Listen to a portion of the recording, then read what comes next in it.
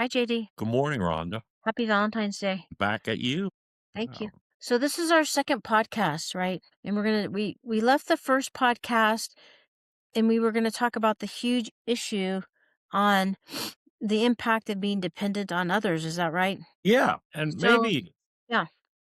a good way to start would be to look at how we are dependent on others, maybe first in the unhealthy way, and how we gained awareness about that. I don't know. So, yeah, talk about that. I guess past dependence on others, and how you realized it was maybe a Rhonda issue and not another person issue. Just talk about dependence on others, what it means to you. Well, yeah, I mean, I think that it sounds like it's so simple, dependence on others, but what does that really mean? Yeah. So I think for me, one big before I was in Al-Anon and before I was in therapy, I was in a relationship with an alcoholic for 15 years. And I hate to use trite terms, but we were very, very enmeshed. And what that meant, like, this is a really good example of our enmeshment. We both had cell phones, we both had our own independent numbers, but we shared the same login ID. So I could read every single one of her texts. She could read every single one of my texts. If her phone rang, I saw it. If my phone rang, her saw it. I mean, she saw it, and it really made for insanity. I absolutely drove myself nuts because I was doing a lot of commuting at that time, and she was drinking a lot at that time. Whenever I was away from the household, I would just be looking at that phone all the time to see, like, is she drinking? What is she doing? And that made me completely, like, my well being was dependent on her, and it made me crazy, completely overcome with anxiety. And at the time, were you aware that the issue was your dependence on her and your obsession and control and needing to fix and all that? Or were you just thinking it was her and her behavior that was the problem? Oh, yeah, definitely it was her. All about her. Yep, and I felt like I had to monitor her all the Yeah. frickin' time, and that was being responsible, of course, was monitoring her to make sure everything was going okay, and did I need to, like, call in help from wherever she was living to go rescue her from being passed out, and so, yeah, it was completely just very disturbing for my serenity, like, I wasn't serene at all. I didn't even know what serenity was, actually. Yeah, and as smart as you are, as talented as you are, maybe even some of the things you would teach people or that you learned, like objectivity, when like emotion and personal involvement is at play, like objectivity goes out the window. It's like we don't have a prefrontal cortex. It's completely busted. And I think like it's so deep rooted, like in belief systems and, love. There's this thing, where I don't know, there's probably a pretty fine line between intimacy and completely inappropriate having the same phone number and all that, And, yeah, it just seems like someone had told me once the more they're in control, the less control they have in their lives. And it's just kind of a simple, stupid statement, but it makes complete sense. And It's ironic, right? Like, that the it more you really try to is. control, the more you're out of control, because when you try to control something outside of yourself, another person, a disease, whatever, the weather, then Yeah. you are setting yourself up for failure and anxiety because it's impossible to control anything outside of yourself. It really is. And that's, I mean, it's blunt.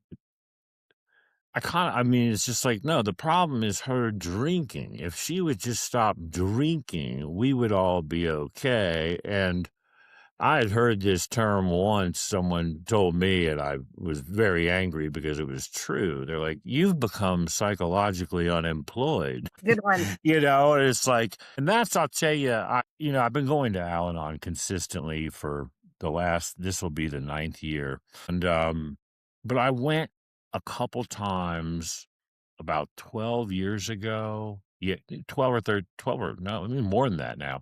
But anyway, I had had a girlfriend who had relapsed and very quickly, I kind of want a counselor. If you just did what I was doing, if you just got some help for your trauma, and I was blind to it. I've got this zeal because I've changed. And the problem is that because I'm a good guy, I'll pay the rent. I'll find her a detox hospital, I'll get her alcohol so she doesn't have a seizure. And I do all that, but she won't change and I get madder. And then she'll take off and I'll find myself driving around all the bars. And some people I knew that didn't understand a lot of like Al-Anon type stuff were like, what crazy so and so do this time? And they kind of looked at me not as a saint, and I wasn't consciously thinking I'm sitting there as some savior, but I kind of thought that she was the entire problem. And someone had suggested going to Al Anon, and I went thinking it was entirely about her.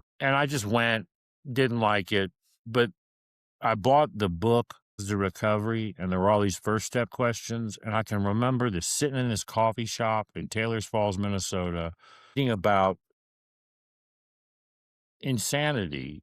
And I was like, I'm the insane one. I go chasing her around. And it blew my mind. I didn't stay in Al and I didn't do anything, but it baffled me. And the dangerous part is like once or twice, I literally saved her life. And so there's this question, what could happen if I gave up trying to control someone else's behavior? And I'm just like in sickness. She'll die. Her credit will be ruined. She'll be unemployed. I'll look like a bad boyfriend. I'm a bad person. None of it. Like the idea that I might find peace escapes me, you know?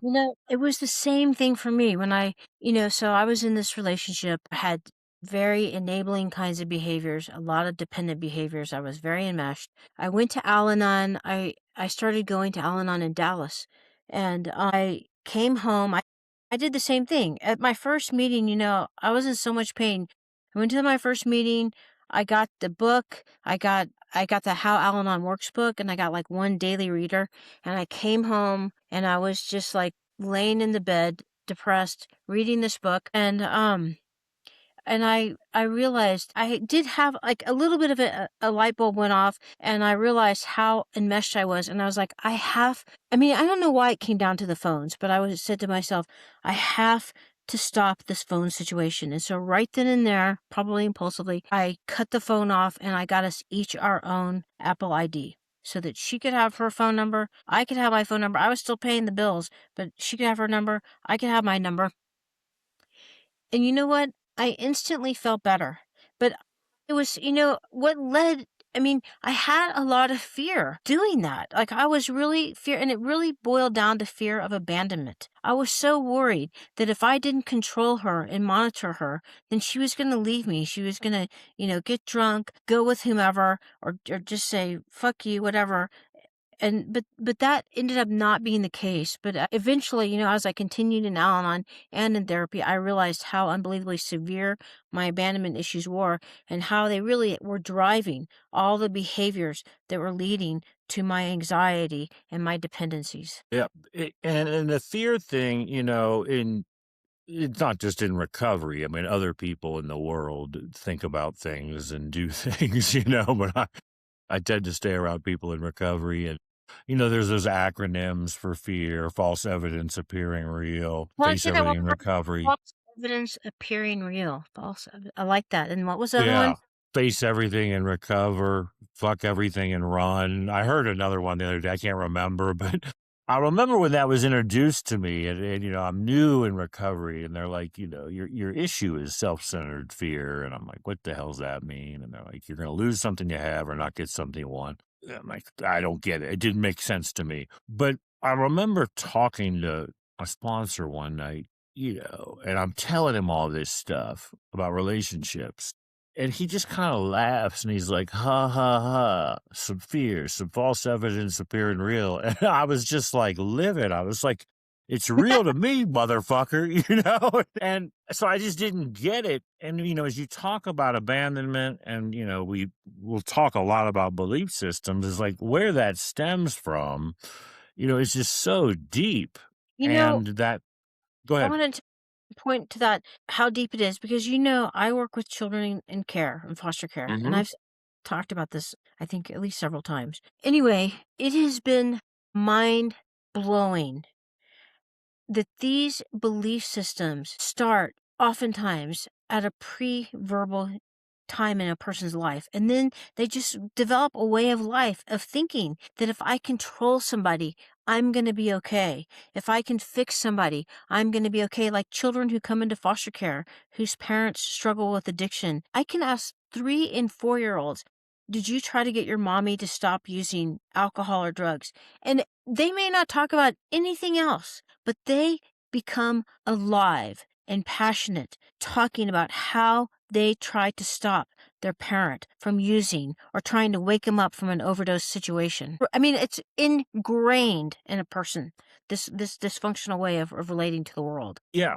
right away, like, you come out of this chute and you can't speak. No, and even without addiction and trauma, there's still all these belief systems are just getting like thrown at my brain as a tiny little baby. And then you get older and it's like, no, here, we're going to learn to shut up. I'm going to learn that it's achievement only. I'm going to learn that you keep secrets. I'm going to learn to people please. I'm going to learn to swell up and be this big swinging dick so no one can get in and mess with me. And this, I think it's on topic.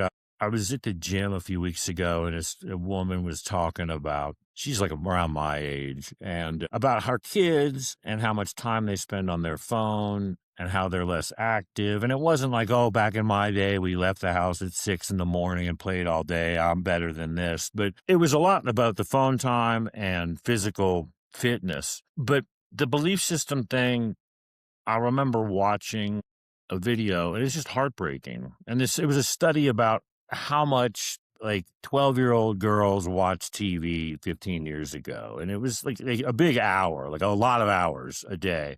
And so, like, some people are focused on that, like what why aren't they out doing things? They're not building relationships and critical thinking. But the heartbreaking part was, okay, if it's 6 hours a day, what are they watching? And it wasn't focused on the shows like these boys are watching violent shows or they're exposed to sex. It was entirely geared towards girls. And there's a video and it'll give you a seizure and make you just want to hate everything. And it's just like one image after another, blonde, big tits, stupid, placating. And so it's like, not only are you just watching TV all day, like these messages are getting burned into your brain of what you're supposed to be. And that abandonment stuff is so deep. And it's like square peg, round hole. We can see it in other people, but blind in ourselves. It's terrifying. It is terrifying. It's completely, I mean, but, I think that as adults,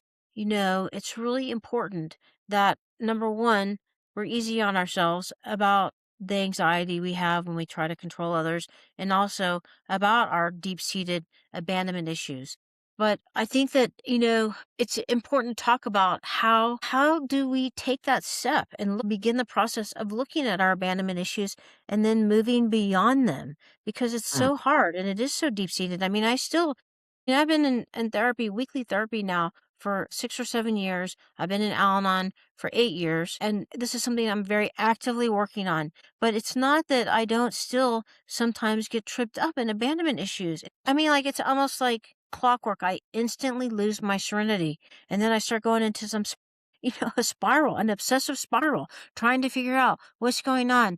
And a lot of times it's an obsessive spiral about how to control another person, which just makes it worse, like I start getting deeper and deeper. But I think that, it's important for us to talk about how do we get beyond that and how do we recognize it and how do we get beyond that? Because we haven't really talked about that. Yeah. Have we? Yeah. No, we haven't. And that's what I'm hoping is that, when I got into recovery, I won't tell you the long story, but it just, those slogans, you see them on bumper stickers all the time. I lived in a bigger city and it was like, let go and let God, keep it simple, sweetheart, keep it simple, stupid, breathe. I just was so angry. I'm not going to go say I'm a complex man. Don't give me a bumper sticker. I didn't realize how much work had to go into them. So there's two simple things I learned about what you've been talking about, what we've been talking about. One was the world is not my problem. My reaction to it is. That's wise, but I got to go dig deep to figure out what the hell that means. And the other one was shared with me a couple years ago. And it was just there's two of them. So one of them is unconsciousness unawareness leads to incompetence. So, hey, my alcoholic wife, my alcoholic wife, my alcoholic wife, like I don't have any idea it's my abandonment issue. So I'm not aware and then I'm incompetent. I'm controlling. I have no serenity. I'm a disaster. And then consciousness leads to competence. The problem is it's not overnight. I got to turn that idea into an experience daily, like you're saying. I still, with all this therapy, with all this Al Anon, but I'm aware of it now. And the quicker I can get to the awareness that it's a Rhonda issue or a JD issue rather than an external issue, the more I might be able to employ some tools. So yeah, I just think one of the dangers is I just think people are, even with this consciousness, oh, it's an abandonment issue. And then I put myself in a little box like, well, I'm just a people pleasing and in self-centered, fearing, self-sabotaging. And like, that's useless. No, wait, I'm kind of blocking, but what were the 3 A's? It's awareness, action, and It was awareness, accept. acceptance, and action. Right.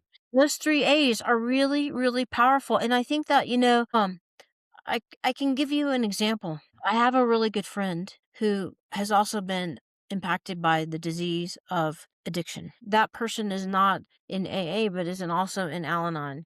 And she grew up in a home where both of her parents were alcoholics and has been married many times to alcoholics, has been in the program for a while, but still gets impacted and triggered.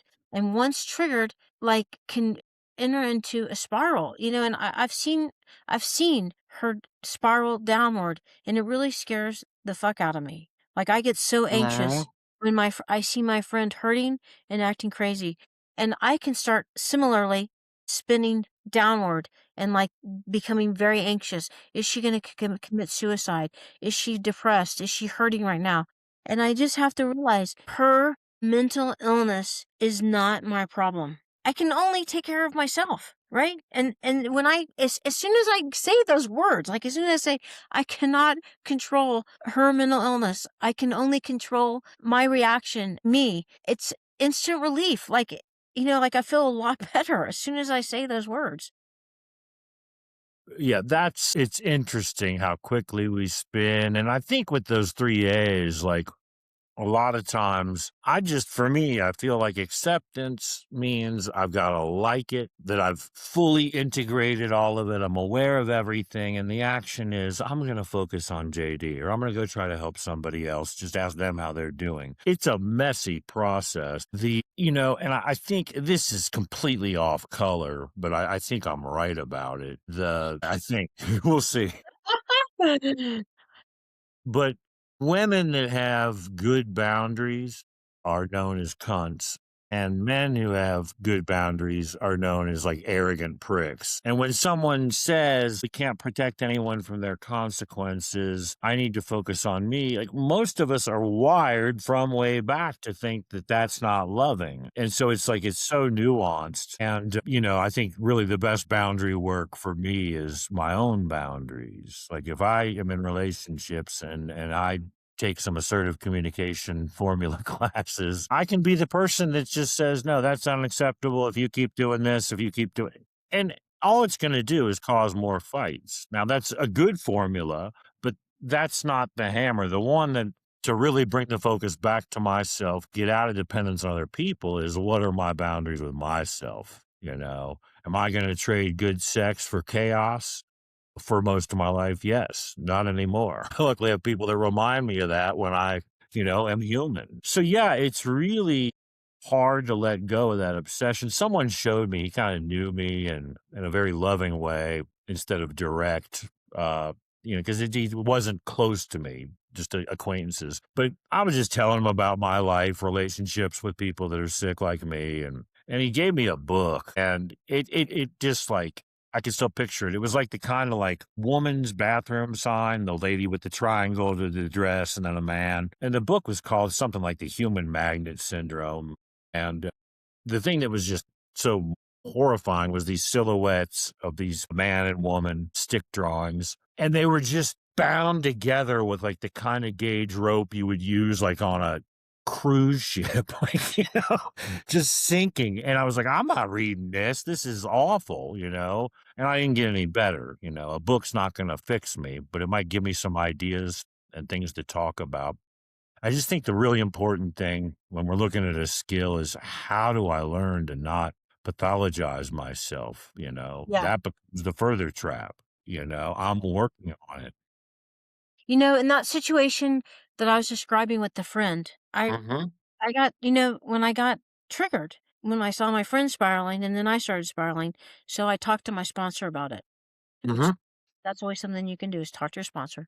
So I talked to my sponsor and she was really helpful, and helped me. But then my friend was still triggered. And so we got re-triggered, right? This happened maybe like 3 times. Like I was not, anyway. So finally my sponsor said to me, she set a really clear boundary. She said, "You're not going to respond to this today. I want you to pray about it and do not contact me again about this issue. I'm going to let it go."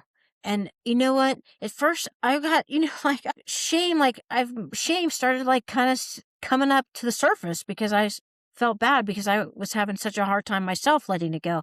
But then, she was modeling good boundaries to me and how to let it go. And I implemented the same thing. I was like, I really have to let this go. It's taking up way too much energy for me. I have to let it go and just move forward. And I did. And I felt better then, and I still feel better. I have been able to consistently let it go now for many days. And so I'm really thankful. I mean, I just think, that's one of the tools of Al-Anon is having you can choose an amazing sponsor who can help you and to have someone who can reason it out when you do get triggered and when you do start spiraling downward. And I just want to just note on the sponsor issue is it took me a long time to find a Hmm. sponsor, like years, because number one, I was uncomfortable being vulnerable with somebody else and I have such significant trust issues. But finding, getting over myself, reading the program, people hounding me about getting a sponsor really pushed me. I did get a sponsor and it has been an amazing thing. And I'm really grateful for that. Yeah, that's the thing that is probably the most intimate relationships I have in my life are with my first sponsor and my current sponsor. They know me. I don't like a lot of what they tell me, but they can see me objectively. They remember what I said, and what they tell me to do works. Okay. I'm going to stop. Well, what are we going to talk about at our episode 3? We had talked about doing pausing. We could talk about more about dependence on others and kind of like letting go of that. Okay. Let me stop it and let's do that. Okay, cool.